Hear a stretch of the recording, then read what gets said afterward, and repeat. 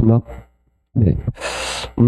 오늘부터 이제 요약집 들어가면 된다, 그죠? 요약집하고 맨 마지막에 간단하게 교재 어떤 게 있었다라고 마지막에 교재 살짝 할 때 이제 요약집을 그냥 보시면 됩니다. 지금부터 이제 그냥 요약집 가지고 하신다라고 생각하시면 되는데, 우리 교재가 잘 돼 있긴 하지만 양이 너무 많아요. 많아도 너무 많아요. 너무 자세하게 많으니까 우리는 이걸 이제 어떻게 지금부터 이제 효과적으로 할 거냐라는 이야기인데, 제가 몇 개월 안 되면 생각하면서 계속 제가 이야기했던 강조한 게 몇 개 있었다, 그죠?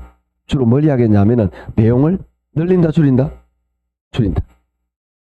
이게 가장 중요한 내용입니다. 내용을 줄일 것이고, 그리고 효과적으로 해야 된다, 효율적으로 한다라는 이야기는, 우리 기본서가 굉장히 양이 많은데 그걸 우리 첫 페이지부터 끝까지 정독을 100번을 했어요. 그래도 남는 게 별로 없어요. 100번 해도 그런데 이걸 100번을 볼 수가 없다라는 거죠. 보면. 그래서 그냥 쉽게 말하면 기본서를 정독으로 5번 할 바에야 양을 줄여가지고 요약집을 5번이 아니고 한 10번, 20번 게 더 효과적이다는 거죠. 즉, 자주 나올 놈들을, 그러니까 시험에 잘 나온 애들, 안 나온 애들인데 이것들을 일률적으로 한다기보다는 자주 나오는 애들은 자꾸 보고, 그렇게 해서, 그러니까 어떤 놈이 중요하냐 이런 이야기죠. 결론은 중요한 놈들을 자꾸 보는 거예요. 쉽게 말하면. 그렇게 해서 암기를 시켜 나갈 건데, 이제 지금부터 우리가 이제 제 같은 경우 좀 목표가 좀 있어요. 나만 목표가 있는 것 같아. 나만 있는 것 같아. 이름 곤란한데 목표가 있어요. 그래서 지금 수업이 이제 5월하고 6월이란 말이죠. 5월, 6월 수업을 하게 되면은 5월, 6월부터는 이제 조금씩 점수가 나와야 되는 거예요. 나중에 이제 우리가 어느 정도 기본 내용을 알아야 된다라는 거죠. 그래서 5월, 6월 정도 되면 이 목표가 만약 물론 수업은 자세할 거지만 내용을 줄여서 해요. 간단하게 길게 말하는 게 아니고 간단하게 해서 요약집 가지고 이제 요약 형태로 하겠다라는 이야기예요. 아주 간단하게 확인해서 이제 그러면 이게 끝났잖아요. 그럼 요약이 끝나고 집에서 공부를 하지 않을까? 여러분 지금까지로 봐서는 별로 복습을 안 하는 것 같아요. 지금까지는 괜찮지만 이제부터는 해야 됩니다. 이제부터는 하시는데 뭘로 할까요? 여러 가지 방법이 있겠지만 가장 좋은 방법은 뭐냐면 제가 내드린 프린트물도 있고 여기 문제도 푸셔야 되지만, 그리고 교재 보면 중간중간에 기출문제 있다, 그죠? 예, 문제를 풀어야 돼요. 조금씩 이렇게 문제를 푸셔야 됩니다. 많은 문제를 풀지는 않더라도 딱 배운 내용 그놈들을 서서히 풀어가지고 이제 이 문제가 어떻게 나오는지 감을 잡으셔야 돼요. 그리고 우리 그 기본서, 그러니까 이걸 보고 나서 꼭 기본서를 집에 가서 보겠죠? 이렇다니까 분위기가. 집에서 기본서 보겠죠? 볼 때 중간중간에 기출문제 있잖아요. 그 다음에 끝에 가면 작년 문제 있잖아요. 이런 것들을 어떻게 나오는지 확인하고 풀어보는 거예요. 그렇게 하면서 이제 점점 문제에 좀 적응이 되셔야 돼. 그러면서 기본서는 너무 꼼꼼하게 읽으려고 노력하지 않으셔도 됩니다. 그 이유가 뭐냐면 아까 말했듯이 자주 놈들을 자꾸 하는 거예요. 그건 어떤 개념이냐면 우리가 교재에 이 두께가 있어요. 예를 들어 30페이지에서 한 문제가 나와요. 예를 들면 그러면 그 중에서 중요한 거는 1페이지, 2페이지밖에 없어요. 이걸 다 볼 필요가 없다는 거죠. 물론 봐도 되지만 1, 2페이지를 여러 번 보는 게 효과적이다.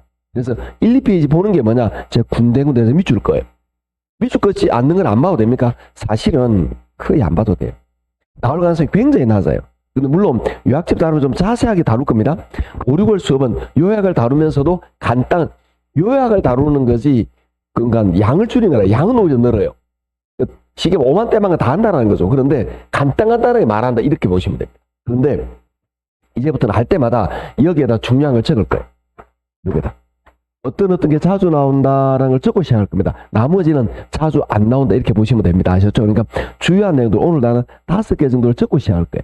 이렇게 그쪽 위주로 시험 문제 나온다, 이렇게 보시면 거의 됩니다. 자, 이렇게 되는 거니까 이제 문제를 서서히 문제 푸는 능력이 늘어나기 시작할 거예요. 그래서 5월 달에는 아마 다음 주에 특강도 한번 있을 거고 이틀 있을 거고, 그 다음에 5월 6월 수업이 끝나고 나면 제 목표는 여러분이 만약에 개인적으로 이렇게 시험을 본다든지 하면 여러분 점수가 45에서 50점 정도가 나오는 게 이제 목표예요.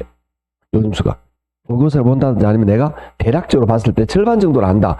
60점 돼야 되는 거 아닙니까? 그렇게 했으면 참 좋겠는데 이게 요 정도 돼야 이 정도가 되면 제가 볼 때는 어떤 느낌이냐, 얼쭉 아는 거예요. 느낌 아시겠죠? 얼쭉 아는 거. 근데 지금까지는 선생님 나는 38점인데 비슷하잖아요. 38점이나 25점이나 17점이나 내가 볼 때는 똑같아요. 좀 잘 찍었어. 좀 잘 찍고 좀 잘 못 찍은 그 차이밖에 없어요. 기본적인 내용, 적절한, 예를 들어 금융 파트면 몇 가지 시험에 자주 나오는 게 있어요. 그 기본적인 내용을 적절하게 이해가 되지 않으면 요때 점수가 나오기 어려워요. 이걸 만드는 게 목표입니다. 그 이유는 이제 요 점수가 서서히 나오기 시작해야 된단 말이에요. 그러면 5, 6월이 딱 끝나요. 이제 7월, 8월부터는 본격적으로 문제를 풀겠죠. 그러면 여러분이 문제를 풀다 보면 자동적으로 요게 문제를 다룬 능력이 늘어나기 시작해요. 이게 지금 요 정도 실력이 된다면 7, 8월 때 본격적으로 지금 본격적으로 문제를 안 푸는 거라. 본격적으로 문제를 다루면 문제 푸는 요령이 생겨요, 여러분이. 그러면 서서히 해서 이렇게 올라가는 게 우리 목적이라. 그래서 안정적으로 60에서 70 세월이 지나면 9월, 10월 이게 목표인 거다. 그럼 이때부터 이미 요 정도 실력이 됐다라고 판단되면 이제 5, 6월 달 끝나고 나면 여러분 6월 달 끝나고 나서부터 이제 2차를 공부하시면 돼요. 지금은 뭐 한다? 1차를. 수업은 다 들으시되 집에 가면 1차를 가지고 복습해야 되겠죠? 네. 오늘 공부한 게 뭔지 유학집도 보고 모르면 쓰면서 외우기도 하고 그 다음에 교재 그 기본서에 있는 문제도 풀고 이렇게 안 할 생각이구나. 그럼 안 되면 해야 됩니다. 이게 빨리빨리 소멸되기 때문에 그렇게 해서 요 정도를 안정적으로 만들어야 돼요. 그렇게 하자 그러면 이제 어려워져요. 1년 안에 끝나기 어려워요. 요쯤에서 여러분 실력이 요 정도 나와줘야 그쯤 돼야 1차에 자신감이 있어야 7월 달부터 2차 넘어갈 거 아닌가? 그렇겠죠. 요때는 1차만 뭐만 하면 된다? 네, 수업만 따라오면 되겠죠. 수업만 따라오면 자동 서서히 문제 풀리는 실력이 올라가게 되겠죠. 그게 복습 안 해도 된다는 거죠. 그럼 요때부터 2차 그러면 아주 효과적으로 1년 만에 끝나게 되는 거예요. 그렇게 안 하고 요때 여러분의 인력이 2달 만에 1차가 적절하게 자신감이 없으면 좀 어떨까? 시간 힘들겠죠. 요때 이제 혼란에 빠지는 거야. 그래서 요 시점, 즉 5, 6월이 끝났는데도 1차에 자신감이 없으면 원장님 상담을 받아야 돼. 상담을 통해서 우리 작전이 이렇게 된 거니까 이게 안 나오면 이제 1년 만에 이제 무리수가 따라요. 그래서 가급적이면 요때 만들어 놓으세요. 선생님 그러면 그냥 개론만이나 민법 개론만 보면 그냥 되잖아요. 그냥 이거 세월이 지나면 사실은 7, 60인데 가요. 개론이. 그러면 걱정이 안 돼요. 근데 제가 걱정하는 말은 뭐냐? 동차를 되기 위해서는 좀 이렇게 지금쯤에서 1차 좀 자리가 좀 잡히면 원활하게 되겠죠? 그래서 그걸 이야기하는 거예요. 그러니까 그럼 1차는요 끝에 가면 다 되게 돼 있어요. 그냥 1차는 끝에 가면 되게 돼 있다고. 왜냐하면 시험이 한 달 남았다. 여러분 놀겠습니까? 이 사람들이 정신을 못 차리고 시험이 한 달 남았다고 그러면 안 논다니까. 그러니까 지금은 약간 농담도 하고 그 다음에 이렇게 수업하다 놀자 이렇게 한다고. 근데 한 달 두 달 하면 그렇게 안 한다니까. 누구나 다 전력을 다해요. 누구나 다 전력을 다합니다. 아셨죠? 당연히. 그러니까 지극히 당연히 누구나 전력을 다하기 때문에 실력이 올라가게 돼 있다니까. 걱정을 안 해. 1차만 하는 거는. 그런데 아까 말했듯이 동차되려면 조금 요때 자리가 잡혀놓으면 조금 수월하지 않을까? 그래서 1차 안 넘어가면 2차 못 넘어가잖아요. 왜 그런지 알고 있다. 그죠? 네. 1차가 통과하면 2차가 소용이 없으니까. 그래서 1차 점수가 적절하게 수준이 나와야 돼요. 이 정도 나올 만큼 돼야 된다라고 생각하시면 됩니다. 자, 이제부터는 이제 이게 목표로 잡은 거니까 충분히 요거에 대한 공감대 형성됐다 보고, 자, 맨 앞에, 유학집 맨 앞에 첫 페이지 가장 앞에 봅니다. 어디 뭐냐면 요쪽에 보면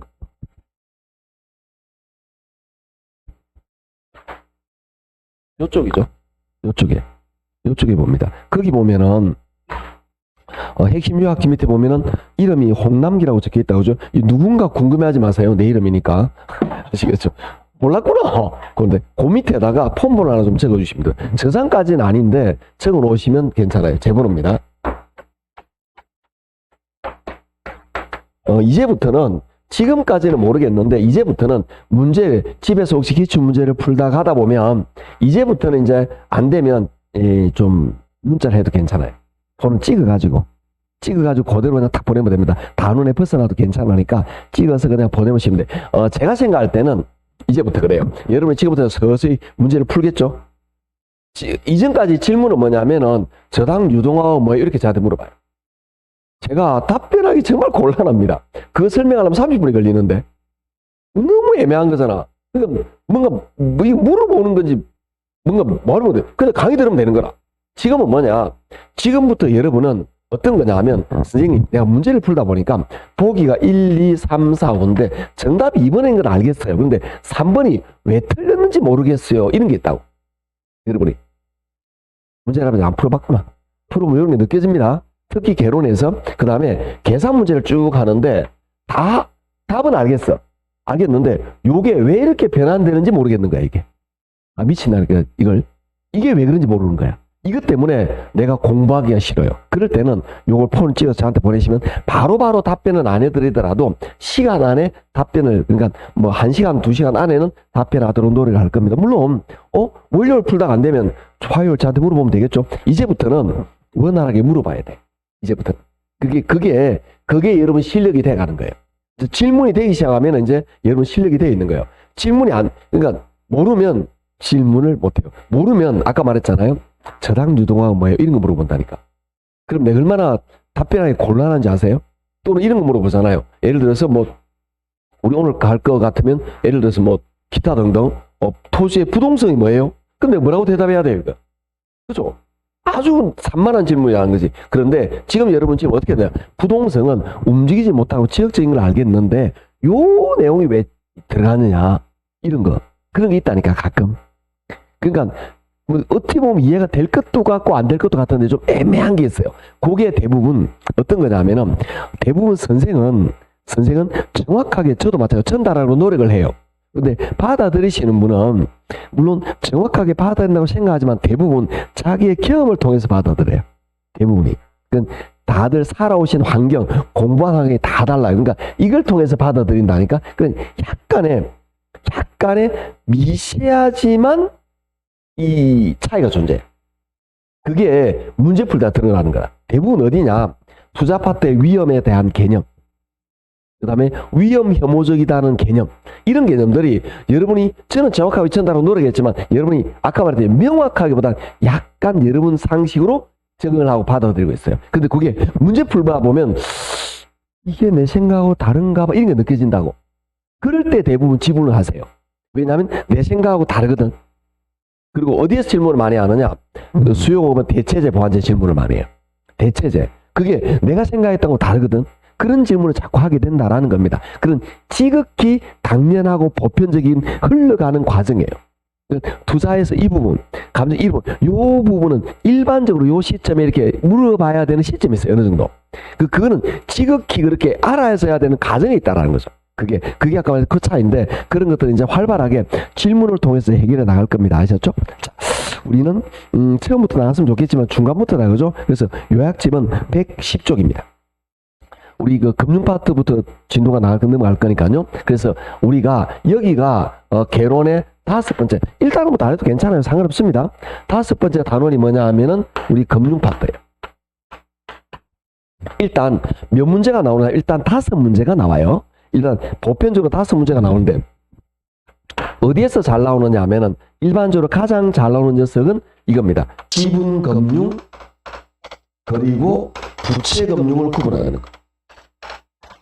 지분금융, 부채금융 구분하는 게 일반적으로 잘 나와요. 두 번째는 은행에 돈을 빌렸어요. 돈을 갚아야 되겠죠. 상환 방법입니다. 그러니까 저당 상환 방식이에요.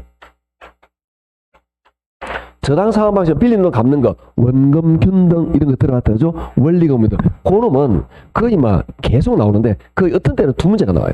계산 문제도 잘 나오고 이론 문제도 잘 나옵니다. 그 다음에 세 번째 이제 어떻게 나오느냐 하면은 저당 유동화 이런 것들도 시험에 기출에 잘 나오는 형태 중에 하나입니다. 작년에 나왔고요. MBS 유동화 증권 나오는 거 있죠. 그리고 네 번째 부동산 투자회사 리츠라고 말한다 그죠? 이런 것들이 일반적으로 잘 나오는 녀석들입니다. 물론 이런 것들이 가장 대표적인 내용이다 라고 보시면 돼. 그러니까 중요한 건 뭐냐? 요거 4가지예요. 사실은. 그런데 요거 빼고 조금 덜 중요한 게 한 2개가 있어요. 요거는 좀 중요도가 좀 그에 대해 낮은 겁니다. 하나는 뭐냐 하면은 프로젝트 금융이라는 게 있어요. 프로젝트 파이낸싱, 프로젝트 금융이라는 게 그 다음 중요한 녀석이고, 그 다음에 뭐냐면은 주택연금이에요. 얘들은 얘에 비하면 중요도가 좀 떨어져요. 그러니까 위에 있는 애들은 뭐 여기도 마찬가지지만 얘 위에 애들은 좀 나오는 빈도가 그 2년에 한 번꼴로 나온다면 얘들은 3, 4년에 한 번씩 나오는 그런 녀석. 요 정도만 보시면 거의 대부분 답니다. 그래서 일단 5문제가 나오는데 여기에서 4개하고 하나, 4개하고 이렇게 나오든지 하면 다른 거 섞어서 나오든지 이렇게 다양하게 나온다. 그래서 우리가 주로 공부할 놈은 요런 녀석들이다 라고 보시면 됩니다. 하나하나 어떤 게 좀 보도록 할 겁니다. 우리는 어떻게 수업을 할 거냐면 이제 제가 내드린 프린트물 있잖아요. 교재 110쪽입니다. 프린트물 밑에 끼워 놓으세요. 그리고 이거 프린트물은 우리 2달 동안 쓸 거예요. 묶음은. 그래서 요약집에 끼워 놓고 그냥 같이 세트로 가지고 다니시면 됩니다. 아셨죠? 그리고 효과를 높이기 위해서 집에서 별도로 공부하고 싶으면 뭐 아까 말한 기본서를 보든지 하면 집에 가셔서 요약집은 딱 정확하게 암기한 다음에 아니면 기출문제를 좀 별도로 풀어보시거나 그렇게 하셔도 됩니다. 자, 110쪽 보도록 할까요? 부동산 금융의 개념 넘어가도 됩니다. 중요한 거 아니니까 보든가 안 보든가 괜찮은 거예요. 자, 이번에 봅니다. 직접 금융, 간접 금융이라는데 굉장히 간단한 거예요. 그 돈을 필요로 하는 사람이 자, 우리가 회사예요. 우리 회사에 돈을 필요로 해요. 그럼 우리 회사가 주식을 발행해서 돈을 융통해요. 사채를 발행해서 돈을 융통해요. 이게 직접 금융이에요. 자금을 필요로 하는 사람이 직접 자금을 조달합니다. 주식 발행이나 사채 발행을 통해서. 그러면 간접 금융은 뭐냐? 은행, 금융기관 4개를 통합니다. 즉 내가 돈을 빌렸는데 돈을 가지고 있는 사람은 예금자죠.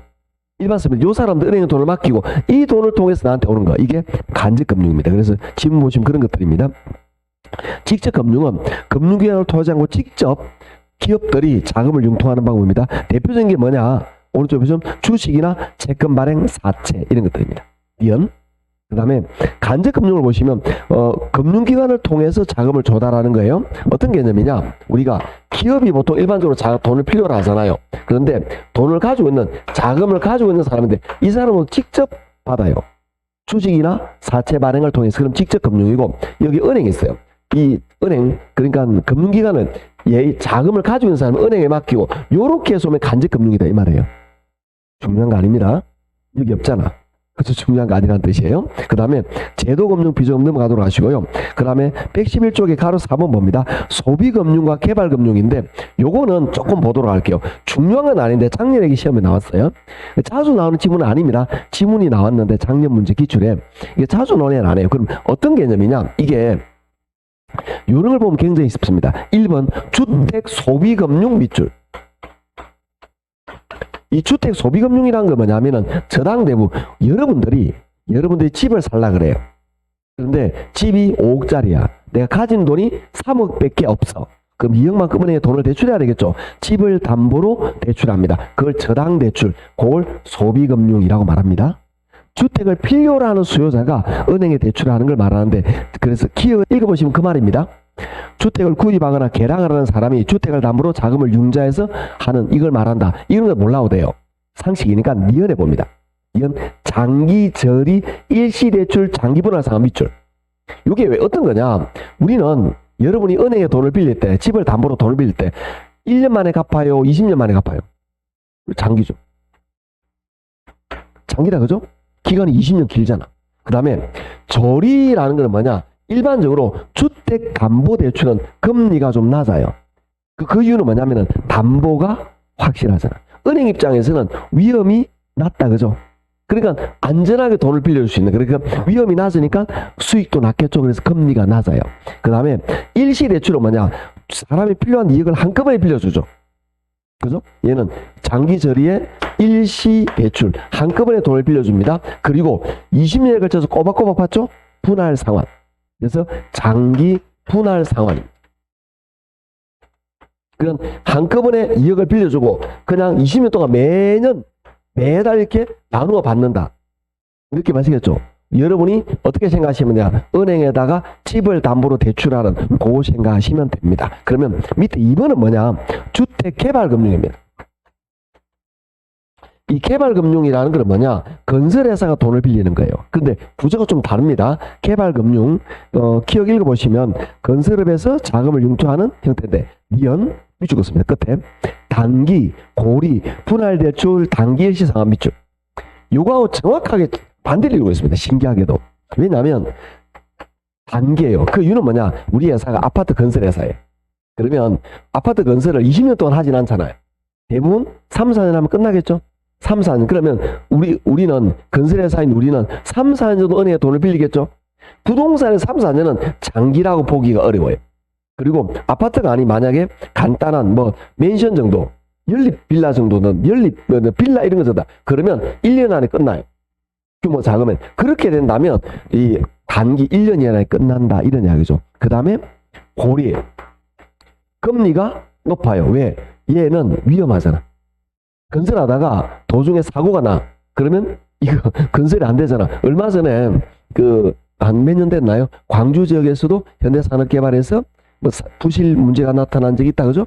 붕괴 일어나고 그런 문제가 나타난다고. 그렇게 되면 현대니까 버텼지. 일반 기업은 문 닫았습니다. 부도예요, 부도. 공사 진척이 80% 되는데 얼마나 많은 돈이 투자했습니까? 그리고 새로 짓는다고? 에이, 불가능합니다. 거의 불가능해요. 그런데 현대산업개발이다 보니까 대기업이다 보니까 그나마 그 기업의 신용도 그리고 거기 말고 다른 데도 얼마나 많이 짓고 있겠냐고. 전국이 그죠? 그러니까 다른 데도 영향이 있으니까 요거 우리가 손해를 보더라도 다른 지역을 위해서 내가 감안하겠다. 그런 느낌에서 가는 거죠. 그러니까 금리가 높아요. 왜? 위험하니까. 그 다음에 재밌습니다. 분할 대출. 돈을 한꺼번에 만약에 공사 자금이 1,000억이다. 1,000억 한꺼번에 안 줍니다. 공사 진행도에 따라서 조금씩 빌려줍니다. 여러분 아시겠죠? 획 빌려주면 부도나면 어떡해? 그래서 공사 진척되는 걸 보면서 조금씩 공사 진척되는 거 보면서 대출을 몇 억씩 몇십억씩 해줘요. 알겠죠? 그래서 분할 대출. 그 다음에 일시상환은 뭐냐? 만약에 건물이 분양이 끝나면 분양된 거 받자마자 바로 대출 갚겠죠? 그래서 돈을 한꺼번에 갚습니다. 즉 요거하고 정 반대로 그죠. 어쩌다 보니까 반대가 돼버린 거예요. 그런 느낌으로 보시면 됩니다. 물론 중요한 건 아닙니다. 작년에 시험 문제 나왔지만 중요도가 높은 건 아닙니다. 자, 그럼 중요한 건 뭐냐? 밑에 가로 5번입니다. 요 놈은 중요하겠죠? 그게 뭐냐? 지분금융 하는 거와 부채금융 하는 걸로 나누어져 있습니다. 이렇게. 굉장히 간단한 개념인데요. 지분금융이라는 건 뭐냐? 투자에 대한 이윤을 배당합니다. 그러니까 이거는 지분금융 굉장히 간단해요. 어떤 투자를 받으면 수익 구조를 배분하는 구조예요. 이윤을 배분하는 구조다라고 생각하시면 됩니다. 얘는 부채 돈을 빌렸으니까 이거는 이자를 지급한다. 돈을 빌렸으니까 그런 느낌으로 접근하시면 되는데 어떤 거냐? 우리가 사업을 하다가 또 여러분이 사업을 하다가 돈이 좀 모자라요. 추가 투자를 해야 되겠어. 사업이 잘 되고 있어가지고. 그럴 경우에 친구한테 야, 돈 좀 빌리도 이자 줄게. 이거죠. 그런데 야, 사업 잘 되는데 니도 같이 투자해서 같이 하자. 이건 갈라먹자. 이런 느낌이죠. 그렇게 접근하면 굉장히 간단한 겁니다. 그런데 세상이 복잡해지니까 이게 어려워지는 거예요. 자, 그러면 밑에 지분금융 봅니다. 지분금융은 기억년 읽어보시면 됩니다. 제가 설명한 요 내용이니까 뒷것만 밑줄. 부동산 신디케이트, 조인트벤처, 부동산 투자회사, 주식 발행 요거 밑줄. 펀드도 들어갑니다. 이런 것들 우리는 지분금융이라고 말합니다. 자, 그러면 지금 나오는 것들이 뭐냐? 부동산 신디케이트, 그 다음에 조인트벤처, 부동산 투자회사, 그 다음에 주식 발행. 주식 발행을 이야기했습니다. 이런 것들은 모르겠다, 그죠? 우리가 이런 것들은 앞으로 이런 것들 하나하나 여기서 배워 나갈 겁니다. 알겠죠? 하나하나 배워 나갈 거예요. 그때그때 나오면 그때그때 이야기를 할 겁니다. 그래서 전부 다 투자에 대한 이윤 배당이 목적이다라고 이해하시면 됩니다. 자, 부채금융 밑줄 것이고 기억리 읽어보시면 이건 다인 자금을 유치해서 이자를 지급한다, 그죠? 뒷것 밑줄 것입니다. 자산담보증권 ABS, 그 다음에 주택저당담보증권 MBS, 그 다음에 상업담보증권 CMBS, 그 다음에 저당대출, 신탁증서에 대한 대출, 주택상환사채 대출 또는 사채 이런 것들이에요. 이런 것들은 우리가 이해하겠는데 ABS, MBS 이런 것들은 좀 어렵다라는 거죠. 이런 것들은 뒤에 수업을 통해서 정리를 하겠다. 그럼 이거는 시험 어떻게 나오나? 이렇게 나와요. 다음 중 지분금융이 아닌 것은 1, 2, 3, 4, 5 이런 식으로. 얘 둘 구분하는 게 나오기 때문에 여러분은 이 부분과 이 부분이 어디에 속한다라는 걸 암기해 놓으셔야 되는데요. 재밌는 거는 넘어갑니다. 재밌는 거는 어떤 거냐? 보충학습에 1번, 2번 읽어보시면 됩니다. 아셨죠? 1번, 2번은 했으니까 3번 봅니다. 메자닌 금융이라는 게 있어요. 이거는 자세한 내용을 알고 싶으면 우리 기본서를 보시면 됩니다. 길게 한 바닥에 걸쳐 설명이 나와요. 메자닌 금융은 뭐냐? 세상이 복잡해졌어요. 그러니까 우리가 주식과 사채가 명확하게 딱 선을 그어져야 되는데 주식 사채가 중간 지점에 있는 놈이 있어요. 즉 지분금융의 성격과 부채금융의 성격을 동시에 가지고 있는 이런 것들이 있습니다. 이런 것도 우리 뭐라 그러냐면은 메자닌 금융이라고 말해요. 이게 우리 시험에 33년 동안 딱 2번 나왔습니다. 그러니까 메자닌 금융이라는 건 쉽게 말하면 지분금융과 부채금융의 성격을 동시에 가지고 있는데, 즉 주식의 성격도 가지고 있으면서 사채의 성격도 가지고 있는 이걸 우리는 메자닌 금융이라고 말합니다. 그래서 보충학습 3번에 보시면 메자닌 금융, 채권과 주식의 성격을 모두 결합된 금융 방식이다 이렇게 나와 있다, 그죠? 그러니까 지분금융과 부채금융을 동시에 가지고 있는데 대표적인 게 뭐냐면은 신주 인수권부 사채, 전환사채. 자, 이건 뭐냐? 사채를 발행했어요. 나중에 주식이 되는 거라. 어떤 경우에 많이 쓰이느냐? 일반적으로 이런 경우에 많이 쓰입니다. 우리 회사가 벤처기업이야. 우리 회사한테 막 투자하라 그래요. 여러분이면 기술만 있는 회사에 기술의 물론 비전이 보이지만 기술만 가지고 이 회사에 선뜻 투자하기가 어렵지 않나요? 어렵죠. 그리고 이 투자 잘못돼 어디 하소연도 못 하잖아. 주식 투자한 거니까 그냥 깡통대도 할 수 없는 거예요. 그러다 보니까 처음에는 사채로 발행한다. 그런데 이게 성공하면 5년 후에 주식으로 바뀝니다. 이런 걸로 발행해. 그러니까 내가 지금 돈을 빌리는데 성공하면 이걸 주식으로 가능하다 혜택을 주는 거예요. 쉽게 말하면. 이해하시겠죠? 벤처기업이 이런 식으로 많이 합니다. 그런 경우에 나타나는, 즉 처음 발행할 때는 사채인데 몇 년 있다가 이게 주식이 되는 거예요. 그럼 회사가 성장하면 이거 주식 바뀌면 좋은 거죠. 오히려 이렇게 되는 그 혜택을 주는 형태라고 보시면 됩니다. 그래서 벤처기업 같은 이런 기업들이 자금을 끌어들이는 방법에서 가끔 사용하는 방식이에요. 물론 대기업들은 안 해도 되겠죠. 대기업들은 그럴 이유가 없습니다. 그래서 이런 식으로 많이 하는 거다. 그래서 사채지만 나중에 주식으로 바뀌어지는 이런 것도 우리는 메자닌 금융이라고 한다. 간단히 봐놓으시면 됩니다. 그래서 메자닌 금융 밑줄 것이고, 주식과 채권과 주식의 성격을 모두 결합된다. 즉 지분금융과 부채금융의 성격을 모두 가지고 있다. 요 딱 밑줄 긋고 넘어가시면 됩니다. 자, 그 다음에 저당, 모기지라고 내고 참고적으로 보시면 되는 거고요. 그 다음 가로 2번 저당금융 해가지고 주택담보대출 가능할까 계산할 때 사용되는 공식에서 LTV, DTI, 오른쪽에 DCR 이런 참고적으로 넣어놓은 거예요, 제가. 그냥 요거는 우리 저번 주에 기억나시나, 그죠? 담보대출 금액 계산하는 거 그거 할 때 사용되는 거다라고 보시면 됩니다. 자, 그 다음에 오른쪽에 가시면 이제 본격적으로 이제 이자율에 관한 게 나오는데, 이자율이라는 게 여기 없다, 그죠? 중요도가 그렇게 높은 게 아니에요. 그러니까 단독 문제로 나오지 않는다라는 겁니다. 일반적으로. 그렇지만 어느 정도는 약간 중요도가 있으니까 이렇게 적을 만큼 중요한 건 아니다. 그렇지만 어느 정도 이자에 관해서 어느 정도 알아놓으셔야 된다라는 건데, 거기서 우리 가로 2번 이자율과 이자금액 계산해 보면 우리가 이자를 두 가지로 분리해서 많이 합니다. 명목금리라고 말하는 게 있고요. 그 다음에 실질금리라는 게 있어요. 이 둘의 차이를 이해하시면 됩니다. 그럼 실질금리라는 것에 대해서 먼저 이해를 한번 해보도록 할게요. 이게 뭐냐? 은행 입장에서 생각합시다. 은행 입장에서는 예금자로부터 돈을 융통을 하죠. 예금자가 예를 들어서 예금자 그냥 돈을 안 맡기잖아. 예금금리가 1%에 전개했다. 그러면 1% 이자를 먹으려고 우리 은행에 돈을 맡기겠죠? 그러면 은행 입장에서는 1%라는 돈을 가지고 은행에 돈을 유치하겠죠. 그 돈을 유치해서 우리한테 빌려줍니다. 우리한테는 만약에 4%를 빌려줘요. 그러면 예금금리는 1%, 대출금리는 4%, 차익이 3%다, 그죠? 3% 은행의 마진이 되겠죠. 그러면 여기서 말하는 예금금리 1% 플러스 은행의 마진 3% 하면 4%, 요게 실질금리야. 감 잡히죠? 그럼 이게 뭐냐? 1%는 뭐냐? 쉽게 말하면 예금금리를 말하는 거고요. 3%는 뭐냐? 은행의 마진이에요. 이 둘이 더해져서 실질금리가 된 거라. 그럼 은행은 나한테 돈을 빌려주면 계속 이자를 얼마 받아먹어요? 3% 빌려 먹는 거죠. 그죠? 즉 여러분이 이렇게 집을 담보로 돈을 빌렸어요. 은행에다. 그 금리가 4%야. 그럼 은행은 여러분한테 4% 이자를 받고 예금자한테 1% 주니까 3% 마진이 되는 거죠. 자, 문제는 뭐냐? 뭐 나쁘진 않아. 그런데 이게 지금 이렇게 했는데 좀 있다가 인플레이션이 발생했어. 인플레가 발생한다는 거는 화폐 가치가 하락해요. 그럼 은행은 마진을 3% 먹는데 만약 인플레가 4% 생겨버렸어. 그러면 3% 마진이 오히려 4% 떨어지면 마이너스 1% 손해가 돼버린 거야. 물론 이렇게까지 인플레가 잘 나타나진 않지만 이렇게 나타난다면 인플레가 생기면 은행은 돈 벌어서 여기 메꿔야 되는 거죠.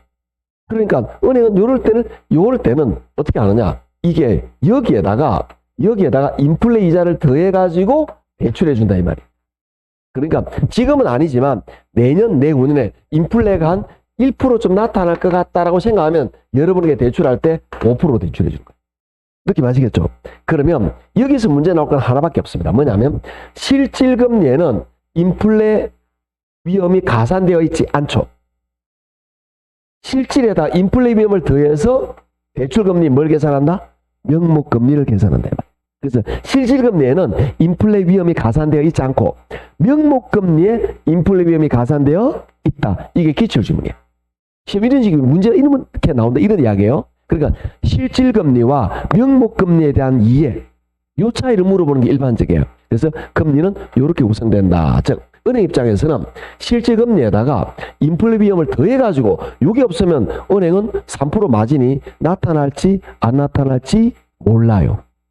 이게 없으면 당연히 은행은 3% 마진이 나타나겠지만 이게 만약에 이게 인플레가 나타나면 3% 마진이 안 된다라는 거죠. 그래서 이 실질금리에다가 인플레 위험을 더해가지고 대출금리, 명목금리 이거 서명하세요. 그럽니다. 자세히 읽어보면 인플레 위험도 가산되어 있는 거야.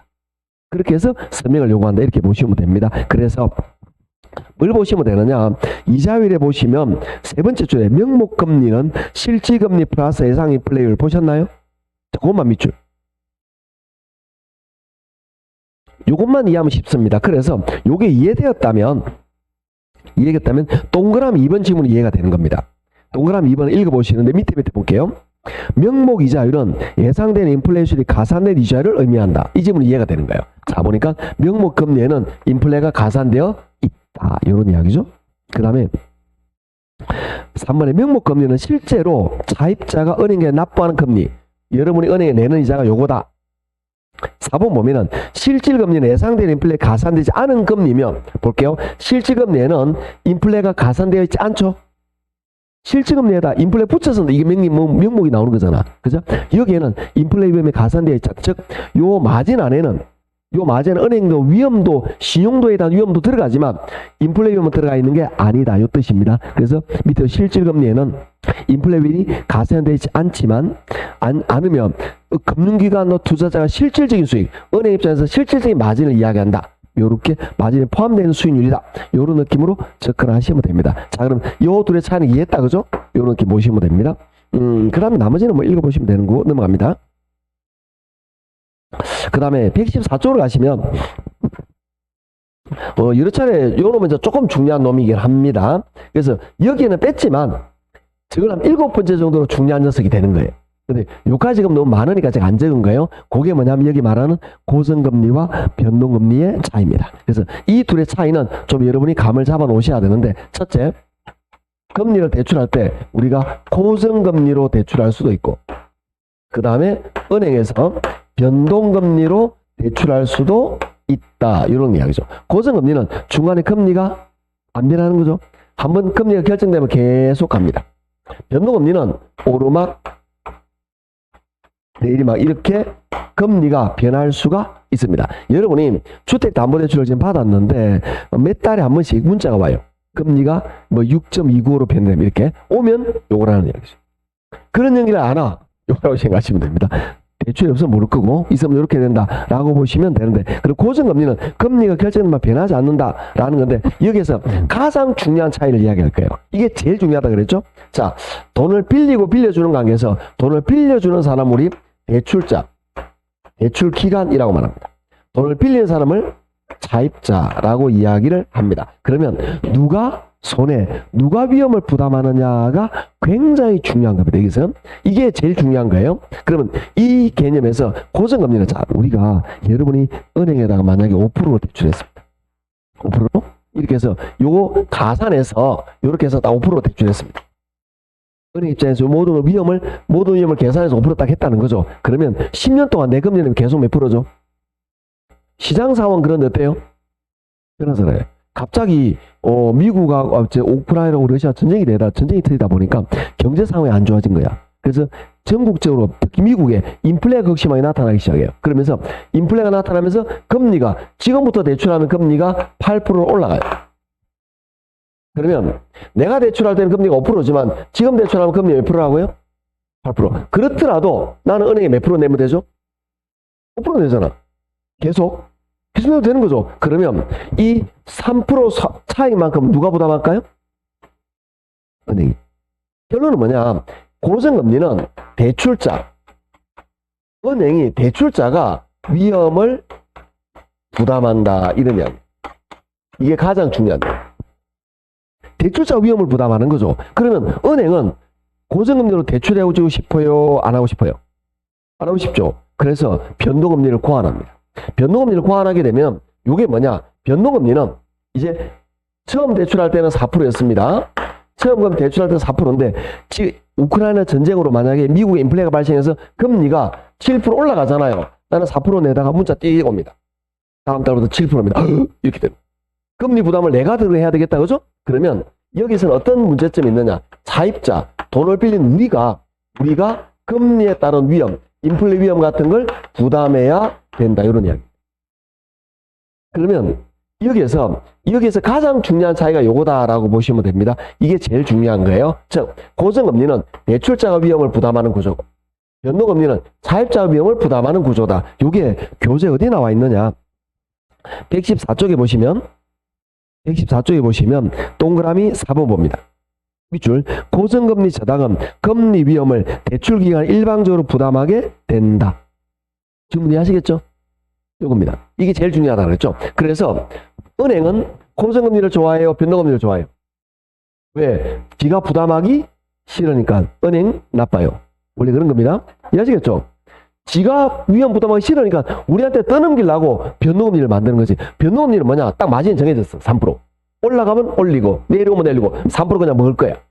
은행은. 요게 변동금리다. 그러다 보니까 5번에 변동금리 1번 밑줄. 인플레 등으로 인한 이자율 위의 변동 위험을 대출자로부터 차입자에게 증가시키기 위한 제도이다. 즉, 차입자에게 위험을 떠넘기기 위해서 은행은 변동금리를 고안해왔다. 이런 이야기죠. 이게 제일 중요한 지문이라 그랬죠? 이건 꼭 제가 이 단어 말하면 빠지지 않고 말하는데 이게 외우면 안 외워져요. 정말 안 외워져요. 이런 것들 안 외워지기 때문에 정확하게 이해를 해야 됩니다. 구조를 이해하지 못하면 이게 어렵다라고 보시면 됩니다. 자, 그다음에 이제 나머지 소소한 거 보도록 할게요. 자, 고정금리 대출 가로 4번 다시 봅니다. 명목 이자율은 실질금리 플러스 위험 플러스 예상 인플레. 요 개념이죠. 실질금리에다 인플레와 다른 위험을 더해서 내가 은행에 납부하는 이자율 이렇게 된다는 거죠. 나머지는 참고적으로 보시면 되고, 자, 4번에 동그라미 4번 밑에 두 번째 줄 밑줄 긋습니다. 초기 이자율은 고정금리가 변동금리보다 높다. 밑줄. 자, 요거는 처음에 대출할 당시에 대출이 이루어지는 당시의 이자율은 얘가 더 높아요. 왜 그러냐면 얘는 나중에 올릴 수가 있잖아. 얘는 나중에 올리지를 못하니까 처음에 나중에 5년 있다 있을 위험을 여기다 가산해 놔야 돼. 그래서 초기 금리는 일반적으로 얘가 더 높다. 이런 이야기입니다. 자, 그 다음에 이제 고정금리에 대해서 살펴볼 건데요. 자, 상상을 한번 해볼까? 나는 5%로 대출했습니다. 나는 5%. 그럼 10년 동안 계속 내 이자율이 몇 프로죠?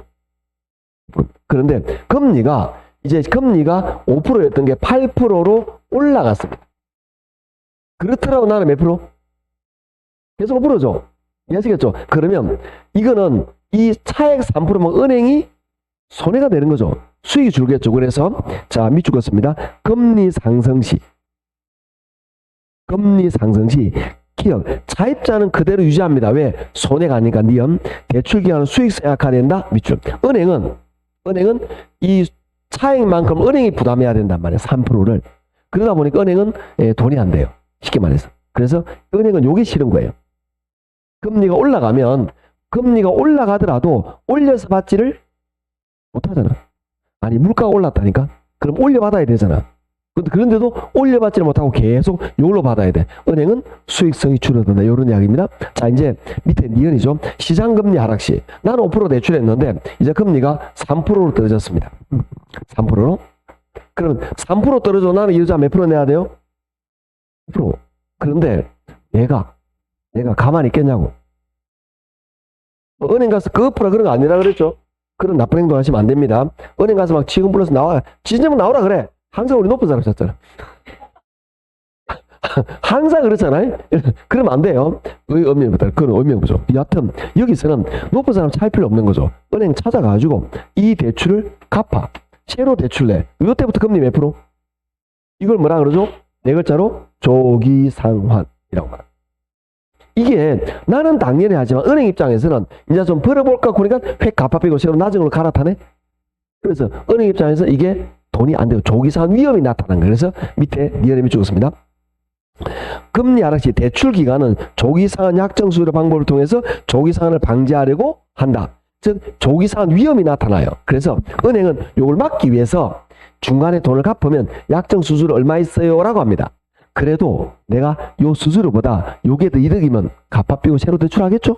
그래서 일단 은행은 조기상환 위험이 나타난다. 이런 이야기죠. 그래서 이걸 외웠다 그랬잖아요. 시장금리가 내려오면 뭐 산다? 조기상환. 이거 하나만 외우면 반대로 생각하면 되는 거니까 시장금리가 내려오면 뭐? 조기산다. 이렇게 딱 암기해 놓으셔야 됩니다. 은근히 잘 나옵니다. 아셨죠? 요 위주로 딱 암기해 놓으시면 됩니다.